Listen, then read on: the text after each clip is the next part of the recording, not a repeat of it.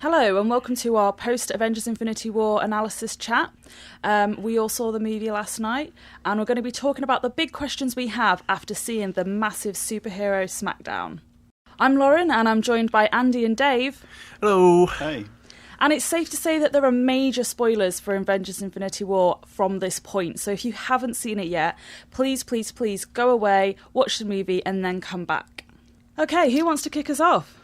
Well, I have a big question to start with, actually. What the hell is going on with Bruce Banner and the Hulk? I mean, those two aren't vibing, are they? No, because they were such great mates before. It's the team that works. No, there's definitely a case of, well, Banner's got a whole load of shy Hulk syndrome at the moment going on, hasn't he? Which is, even while trying to... It's weird, because in the first Avengers it's established that he doesn't need to get angry anymore because he's always got it switched on, right? Yeah. And then now he cannot switch it on for the life of them. Like, it just won't come out. Yeah, because in Ragnarok, obviously, it was all Hulk for a long time, for 2 years, right? And that has very much skewed their relationship. But, it seems like more than just... I mean, in Infinity War, it's quite funny how he can't summon the Hulk and he goes a bit green. So it's kind of like performance issues. Yeah. But there must be more than just it must be more than just a gag, right? Yeah, I totally. mean, it initially seems like it's maybe because Hulk gets the shit absolutely kicked out of him at the beginning when they first meet Thanos and gets absolutely pounded. But then again, Hulk's been battered before. I mean, Tony Stark's beaten up Hulk before, right? It's happened. This is not his first getting hit in the face rodeo. So why does this, more than anything else, put him off? Yeah, I think perhaps what we're seeing is it's going to be a more deep-seated relationship problem between the two of them, which I'm quite pleased to see myself because it needs a bit of development, that relationship, and it is a complicated one. And I quite enjoyed watching a movie which didn't rely on the Hulk that much, but explained why he wasn't there. But now it's this burning question of why, and I don't know. It feels like the Hulk's had its feelings hurt a bit. Maybe it's just gotten... He knows that Banner doesn't like him and Earth doesn't really like him. I mean, they talk about it in Ragnarok, and I'm just wondering if now they're back on Earth, he's just no, I don't want to come out. I've been here before and know what's going on. It may be so, but I mean, the movie could also be trying to comment on the fact, it says quite a lot about you don't sacrifice one person to save the world. It's not trading lives. They could also be saying, you don't save the world through anger either. You've got to do it. You've got to do it the human way, and maybe that's a comment they're making, or maybe it's just setting up for the next Avengers movie that it's going to be a big part of why he didn't come out in this one. Yeah. I think there's definitely thematically there is something there, because if you look at the way Hulk's been used in the Avengers movies, he's always been the get out of jail free card before. It's when we can't deal with it, we back to the first one, the whole line we have a Hulk, right? It's always been a running joke in a way that when it all goes wrong, we can just trigger him and everything's fine, right? And it plays on that a few times. It plays on that line at the start of the film. So maybe the fact that this one's bigger than that and we can't solve everything just by punching it for a change is the thing. Yeah, in the same way that the story kind of incapacitated Vision early on, they've kind of done the same with the Hulk because they needed to take these big players out of the game to make it convincing why we lost. Yeah. But yeah, they're going to have to explain it eventually, so I hope they have an end game to that plan. But they did take... They took the Hulk out. They essentially emasculate him in the first scene, really, don't they? When he tries to beat up Thanos, as Dave said, and he just completely fails. Yeah, he gets absolutely dominated. So it feels like they're doing something more with it other than just sort of removing him from the game for me. I think it's more of a message or a bit of a setting up for the next one. Totally. I mean, mechanically, it was, like you said with Vision, it was important just in terms of narrative mechanics to clear him out of the way. But there's definitely... I mean, it's the MCU. There's always a bigger picture going on. Do you think, just putting it out there, do you think they're sort of saving something like that for a spin-off Black Widow movie? Possibly so, because, I mean, it does... Infinity War conspicuously does not deal with any of the Bruce and Nat stuff, right? I mean, okay, there's not a lot of time for any of the heroes to get a lot of character development, but... that's the one that conspicuously gets set up and then goes absolutely nowhere, right? So I don't know. I mean, possibly. Most of the talk I've heard around Black Widow, though, is that it'll be a prequel movie. So, I mean, that's not confirmed at this point. We really don't know. And I definitely would be interested in seeing any kind of Black Widow movie. Come on, give us the Black Widow movie already. But I think a prequel's probably a bit of a better way to go with it, just because you don't then have to worry about the MCU and everything that, comes with it. Cool. Okay, second question. What's going on with all the missing Avengers? Specifically thinking Hawkeye, Valkyrie, and Ant-Man. Yeah, we've got some missing people in this movie, which I can't believe I'm saying that, considering how many people are actually in the movie. Oh, I wish there was more characters. But yeah, like, I don't know. Like, I mean, Nat says, Clinton and Ant-Man took a deal after the Accords, after the events of Civil War, because it was too hard on their families, like them being on the run. So I think we'll see like what shape that deal takes in Ant-Man and the Wasp. But it does feel a bit weird that they don't appear at all. And when we spoke to the Russo brothers, the directors of Infinity War, they said that Hawkeye's absence from the trailers and the posters would be explained.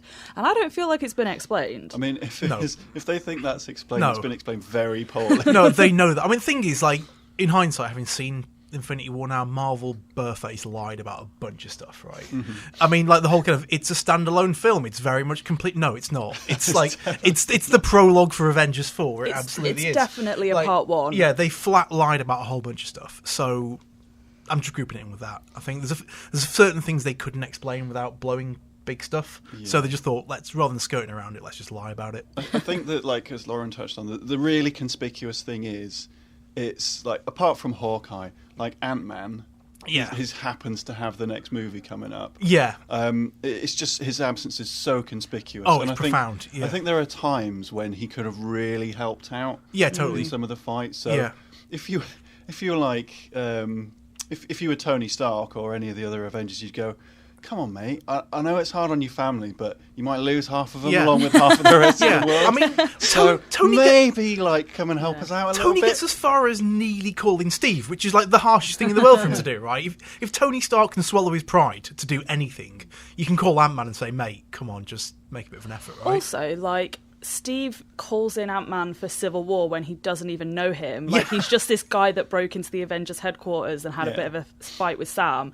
But he's like, oh, we need some help. Like, do you want to help us out? But, for Infinity War, after they're all friends and they've been on the run together, he's just like, do you know what? I'm just going to let him have that time with his family. Yeah. He needs a rest. And Nat as well, and Clint. Like, one of the things that I don't love so much about the later MCU movies is that they've kind of moved away from how close their relationship was. Yeah. Like, in the beginning, they're really, really close with good reason. Like, they have a history, they have a backstory. They're pretty much family. Mm-hmm. So now it feels weird that, like, she's not like, oh, Clint, mate. Just come and help us out in Wakanda at least, And by the way, did you have your third kid okay? Is everyone all right? Did you redecorate that house again? Like, it just, okay, maybe there's not time for that. Clearly there's not time for that. But it just feels a bit odd for them to be completely, not in it at all. The idea that he's like, oh, I'll give him some time to spend time with his family, half of whom might not exist soon if we kind of don't deal with it. It's the same with Ant-Man. Yeah. So there's two, like, outstanding questions then. Where do we think Hawkeye is? And just to go back to the start, where is Valkyrie? Because so like she doesn't really fall into the same category as Ant-Man and Hawkeye, I suppose, because she hasn't been in a ton of other movies. But it kind of just bugs me that, like, the start of the movie is on the ship that she was on with Thor and Loki and everyone else that escaped Asgard in Ragnarok. But then we never saw her, because I don't know if you guys felt this, but I felt like after Ragnarok, her character was sort of like, oh yeah, like, she's one of the team now, like, she's one of us, like, she's gonna something's gonna happen, she's gonna appear in other movies. I loved her character, like, I thought it was great. And then, like, is she dead then? Like, is everyone on the Asgardian ship dead? Like, other than Thor? I think they're building up to it being everyone on Asgard is dead. And Thor's the last of them. I mean, that's what it feels like. That's certainly what it looks like. But at one point, Thor's like, half of my people are dead. I'm like, where are the other half? Because it kind of looked like they were all dead. Yeah, I mean, there was only like 100 of them to start with. Yeah. So that means you were 50 of you left. They were all on that one ship that is now floating in space as debris. But the fact is, we're talking about a named main character who's been a major part of the film, right? You'd like, okay, there's a lot of dead extras lying around the deck of that ship at the start, right? Oh, wow. Because, of course, it's knee-deep in corpses. But you don't do that to a named character. Like, that's, like, nobody's background dead bodies get that. But if you've been someone, you get a death scene, right? Or at least an explanation. I just feel like Tessa Thompson didn't want to turn up for, like, a couple of days of shooting her dying. So they were like, oh, let's just not cover it. Yeah. Okay. Okay, yeah, so the other big question we have is, what is Thanos talking about when he says that he's given up his destiny once before? Yeah, that was a curious Yeah, line, it comes right? out of nowhere when he claims the Soul Stone. Says it to Gamora just before he does the thing that he does. Yeah. And yeah, it seems to imply a reference to a big event, but we've not seen this before, which implies it's something to be revealed coming up, right? Yeah. I mean, when I first heard it, the first time I watched it, well, the only time I watched it, I didn't really think much of it. I thought it was just a reference to all the times he's failed before. But Dave made a really good point after we talked about it afterwards, that actually every time he's failed or someone's failed him, he's kind of just been like, oh well, I'll do it myself. And this was actually very, very different. Like, he was talking about giving up his destiny. And yeah, like, that isn't explained, and it's really interesting. It's one line in this entire movie that doesn't have a ton of plot, but that really does kind of hint at like something really important that we don't know about coming into play in Avengers 4. So yeah, I think it's either going to be Avengers 4 or another movie from the MCU that we haven't seen yet. To be honest with you, I was still trying to work out who the Soul Stone's keeper was, because I was like, I've seen that guy before, and there's so many other people in this film. I've seen it. Who the hell is it? But it's obviously the antagonist from Captain America. Yeah, it's right? Red Skull. Red Skull. I don't know. It hints at. I mean, there's only a finite number of films that we know coming up in the MCU. Yeah. There's Avengers 4, and there's Ant-Man and the Captain Wasp Marvel. coming up next, and then there's Captain Marvel, which makes things real interesting timeline-wise, right? Because Ant-Man and the Wasp surely has to at least happen in parallel with the first half of Infinity War. Yeah. I Given think the trailers so. look very normal. It's going right? to be what they were doing, right? Yeah, this is why The Ant-Man's sa- not in the movie, right? Yeah, like the 'Cause- same way Ragnarok is like what Thor and Hulk were doing during Civil War. Exactly. Yeah. It's like, it's the concurrent version of that. But then Captain Marvel, we know, is a legit prequel set in the 90s, right? Yeah. And we also know that Ronan, the bad guy from the first Guardians of the Galaxy, Yeah. is turning up in that, Yeah. who has worked for Thanos before. So there's got to be some connection to some Thanos stuff going on, given that I think the purpose of... because it is weird otherwise having two standalone films between two Avengers movies. The first of which ends like this, if they're not both going to be fundamental parts of the Avengers story, right? So I reckon the prequel stuff coming with Captain Marvel is fundamentally going to tie into the Thanos story. Yeah. And I think it's surely got to be explained there. Is this going to be him giving up his destiny before then? Yeah, I think at some point in the past, maybe 20, 30 years ago, he came close and then didn't for whatever reason. Because it's also worth pointing out, at the end of the film in the post-credits scene, that's who Nick Fury was calling, right? Yeah. Yeah. So, like, if you didn't recognise the logo, that was Captain Marvel's logo, and it would kind of explain why she is his first port of call when he sees what's happening, is because she's stopped Thanos before. Like, we don't really know how, but it makes sense that if Thanos is giving up his destiny for the first time during the same time period of Captain Marvel, it would make sense that Fury would be like, we need Marvel back because she's the only one that's come close to stopping him. Because at that point, he doesn't know what's going on with the Avengers. He doesn't know half of them are dead. He doesn't know what's going on at that point. So why is his first thought not to call Cap, right? There's got to be a reason she takes priority. Yeah. And there's got to be a reason that he knows... As soon as it's straight after he knows it's a New York situation, right? As soon as he knows it's Thanos again, like, she's the first person he calls. I wonder, actually, whether he recognised, like, kind of what was happening to people, because... he had very little information at the time. Like, they knew that something was happening in Wakanda, and then they saw what was happening in New York. And then as soon as he realised people were disappearing, and he saw... Robin from How I Met Your Mother. Yeah, Robin from How I Met Your Mother, whose name I cannot remember for the life of me, disappear. He was like, shit, I've only got a certain amount of time, what do I do? It's like he went straight to that point. I wonder if, like, Captain Marvel's even told him at a certain point that if this happens, this is kind of like a calling card of shit going down. Like, yeah. So, I mean, following on from that, the ending. Like, let's talk about the ending a little bit more. We see Thanos going, like, he's got a proper withered arm. The gauntlet looks knackered, but the stones are still pretty bright set. Yeah. So is that it for the gauntlet now? I don't think the stones are useless, but is that it for the gauntlet, and is that it for his sort of control over the stones? Possibly. Yeah. I mean, I think, like, there's got to be a balance of power shift at some point, right? Because he's pretty knackered already. He's not going to die because, I mean, he's got the stones, and we know from the title card at the end he's coming back, right? But he's had Thor's axe put through his chest. He's a bit knackered at the moment. Yeah. So I think, given that Infinity War is such a Thanos film, he's the only character who gets a real set of development. He's really right? the protagonist. Yeah, he is basically the lead character. The Avengers are just sort of there most of the time, doing their own thing, but they don't really get any major arcs in this film. I think the Avengers 4 is going to be the Avengers film. And I think surely as part of them taking up the narrative, they've got to take some agency, right? Yeah. And I think getting some control of the stones perhaps is going to be fundamental to that. It definitely makes them easier to separate them from him, because that gauntlet, don't underestimate the glove. Without the stones it's powerless, but it enabled him to wield them together to do some pretty amazing, outrageous, world-changing stuff.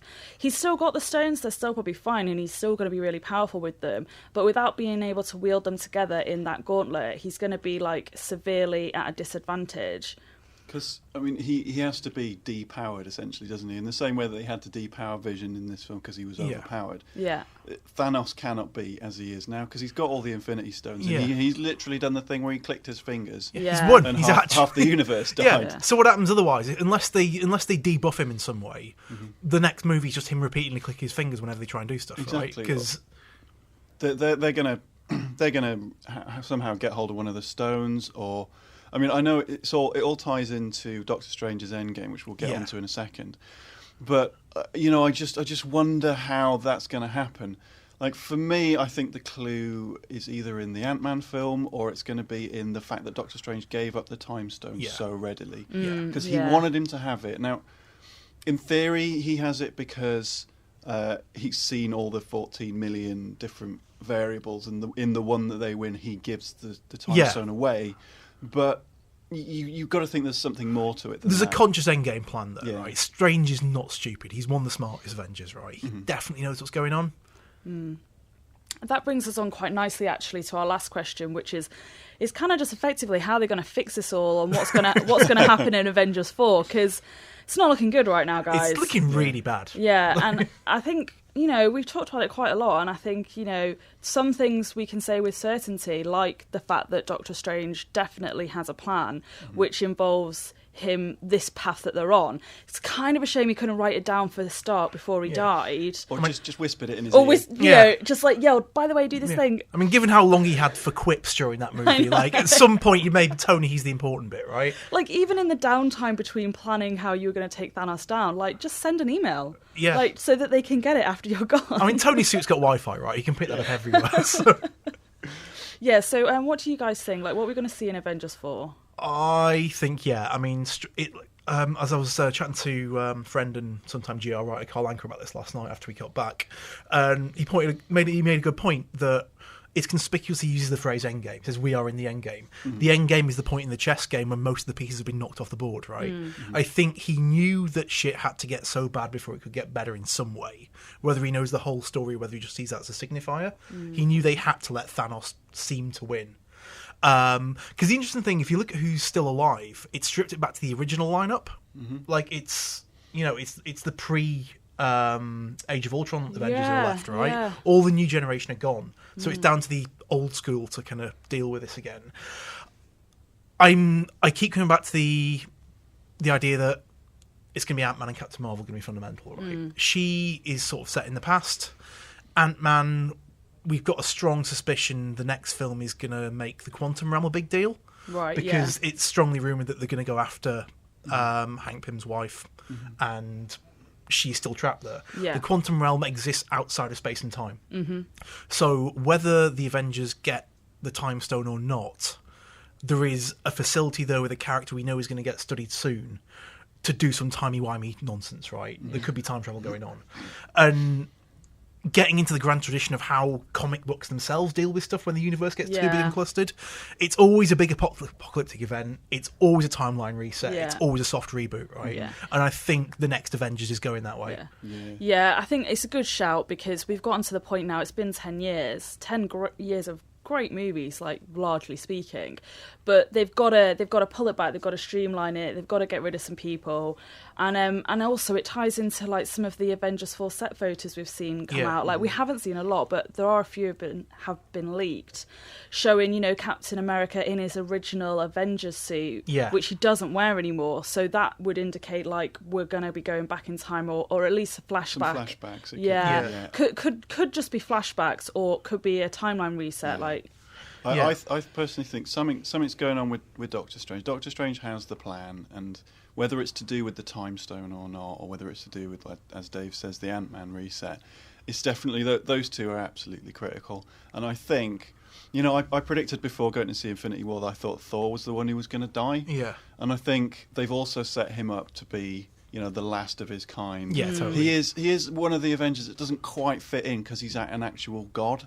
Yeah. So I think him and Thanos are going to sort of mutually destroy each other, or that's the way that Avengers 4 is going to resolve itself in some way. But how we get there, I think that time shit, isn't it? Time is the answer. You heard it here first. And those are like the 5 big questions we have after watching Avengers Infinity War.